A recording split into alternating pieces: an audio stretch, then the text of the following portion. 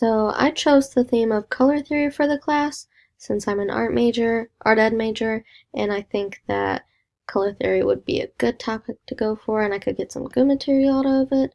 So, and for example, this color theory game that I found online could be something great to show my class in the future. So we're just gonna go ahead and start the game. So before you start, you have to adjust your brightness on your computer, make sure you're able to see the difference between this shade and this shade here, and so on. So we got that figured out, and then this is for those with color perception deficiencies.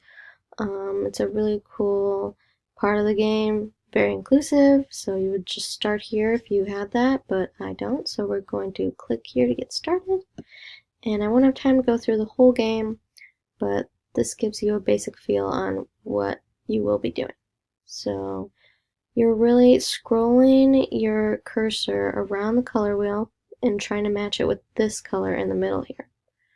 So you just want to get as close as possible. It'll tell you if you're perfect, good, or just really bad. Like this is poor, not good, didn't get that right.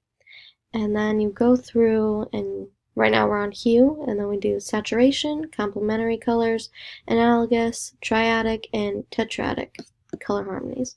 So yeah, this is basically what you're doing for the whole game, and then at the end it tallies up all of your points and gives you a final score. So I think this would be a fun way for students to maybe compete with each other or just test their own knowledge and really start getting a feel for color theory and the basics.